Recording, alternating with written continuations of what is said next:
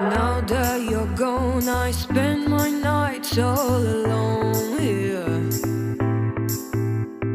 wishing you were here, sweet atmosphere. The sun is going down and I am getting wild. It's sun going down, my intentions are mild. Hey guys, welcome back to my channel. So today I wanted to take you along with me while I clean and organize my fridge. I do this about once a month or so because things get a little bit crazy in there. Everything gets kind of jammed in there, and the rest of my family doesn't tend to put things away most of the time. They just toss it wherever it fits and stuff, and it drives me insane.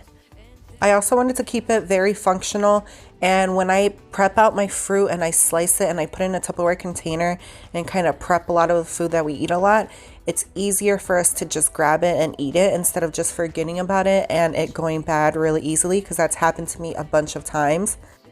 I already used the containers that I already had. It was no big deal. Even when I use like uglier containers and I still organized it this way, it makes my fridge look so much better and organized and appealing to the eye.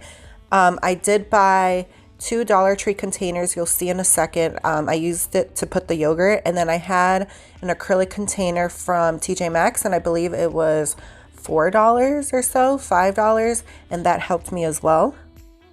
Now, I promise I'm going to let you guys watch this video without me rambling on and on, but if you like these type of videos, don't forget to give it a thumbs up. Don't forget to subscribe to my channel down below if you haven't already, and don't forget to click that little bell next to the subscribe button so you're notified every single time I upload a video.